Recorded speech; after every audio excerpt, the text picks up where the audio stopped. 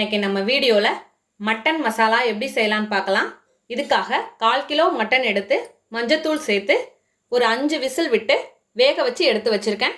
அதோட 3 வரமிளகாய், 1 table spoon அளவுக்கு வரமல்லி, 1 டீஸ்பூன் கசகசா, 1 டீஸ்பூன் சோம்பு, 1 டீஸ்பூன் மிளகு, 1 டீஸ்பூன் சீரகம், 1 டேபிள் ஸ்பூன் அளவுக்கு Kashmiri chilli powder, 1 table spoon இஞ்சி பூண்டு பேஸ்ட், 1 துண்டு பட்டை, 1 நட்சத்திர சோம்பு, 2 கிராம்பு, 2 ஏலக்காய், 2 டேபிள் ஸ்பூன் அளவுக்கு தேங்காய் துருவல், ஒரு 15 சின்ன வெங்காயம் நீல வாக்கில் கட் பண்ணது, கொஞ்சமாக கருவேப்பிலை, உப்பு தேவையான அளவு, எண்ணெய் தேவையான அளவு.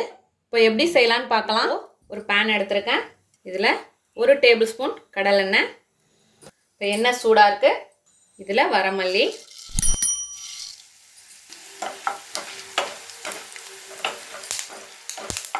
அதோட மிளகு, சீரகம், இப்போ சோம்புல பாதி அளவு இப்போ சேர்த்துக்கிறேன். நல்லா வறுத்துக்கலாம். இதோட மிளகாய், வரமிளகாய்,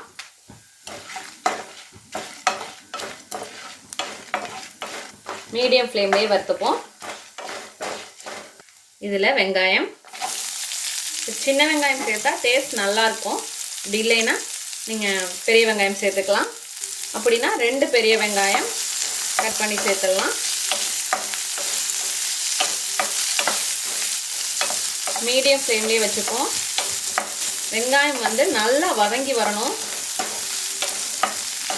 இப்போ இதில் ஸ்பைசஸ்லாம் சேர்த்துடலாம்.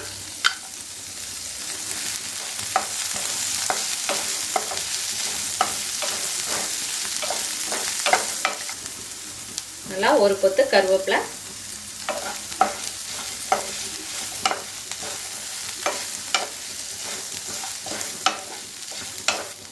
ஆனியன் கொஞ்சம் வதங்கினதும் இதில் கசகசா சேர்த்துடலாம்.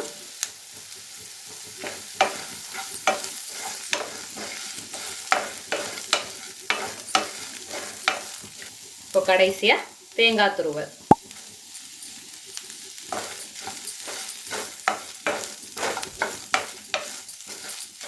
நல்லா வதக்கிடலாம். அப்படி வதங்குறப்பயே அவ்வளோ சூப்பரான வாசனை.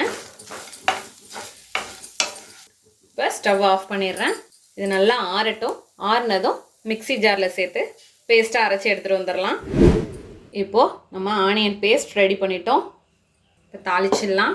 இப்போ அதே பேன் எடுத்துருக்கேன். ஒரு 2 டேபிள் ஸ்பூன் அளவுக்கு எண்ணெய் சேர்த்துக்கிறேன்.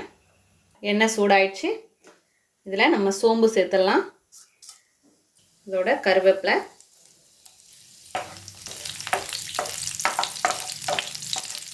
பொரியட்டும். இப்போ இதில் இஞ்சி பூண்டு பேஸ்ட்,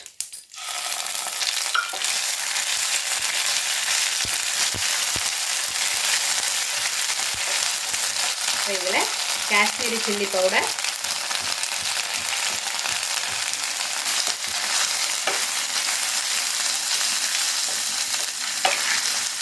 இப்போ நம்ம அரைச்சி வச்சுருக்க ஆனியன் பேஸ்ட்.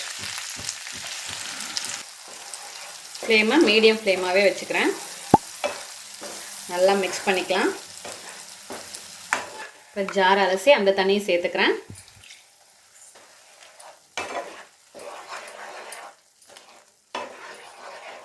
இந்த மசாலா நல்லா சுருண்டு வரட்டும். இப்போது தேவையான அளவு உப்பு சேர்த்துறேன். கம்மியாகவே சேர்த்துக்கலாம். வேணும்னா அப்புறம் சேர்த்துக்கலாம். ஏன்னா இது நல்லா சுருண்டு வந்ததும் உப்பு அதிகமாக போட்டால் தெரியும். நல்லா வேகட்டும். இப்போது இந்த அளவுக்கு நல்லா வெந்து வந்துடுச்சு மசாலா. இப்போ இதில் நம்ம வேக வச்ச மட்டனை சேர்த்துடலாம். இந்த தண்ணியோடய சேர்த்துக்கிறேன்.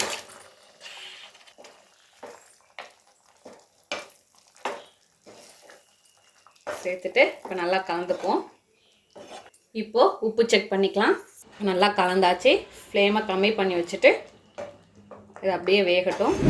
இப்போ கடைசியாக கொஞ்சமாக கொத்தமல்லி தழை.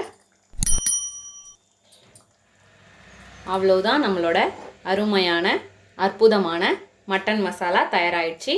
இது சப்பாத்தி, இட்லி, தோசை, ஒயிட் ரைஸ்க்கு சூப்பராக இருக்கும். இதே போல் நீங்களும் உங்கள் வீட்டில் செஞ்சு பார்த்துட்டு எப்படி வந்துச்சுன்னு கமெண்ட்டில் சொல்லுங்கள். தேங்க்யூ.